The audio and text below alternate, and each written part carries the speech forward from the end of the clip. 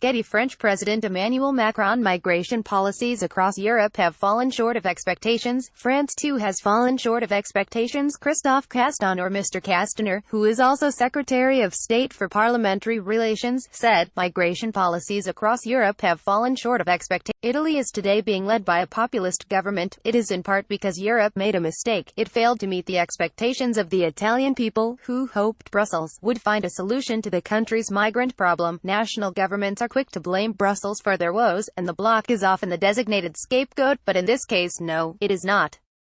Europe is guilty of failing Italians. Italian President Sergio Mattarella on Friday approved Western Europe's first anti-establishment government, ending 3 months of political deadlock and turmoil. Formed by the anti-establishment Five Star Movement and far-right League Party, the Eurosceptic coalition has promised to overhaul EU rules on budget and clamp down on illegal immigration from Africa and the Middle East.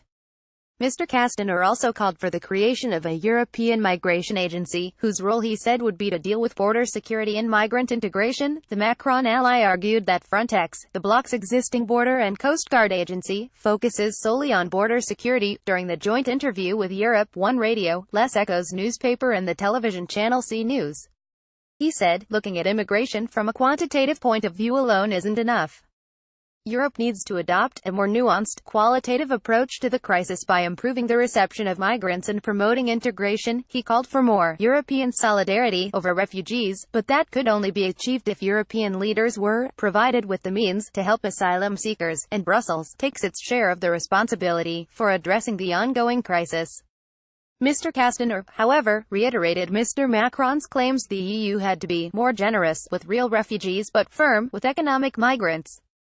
In April, France's lower house of parliament overwhelmingly approved a bill designed to tighten the country's immigration and asylum rules.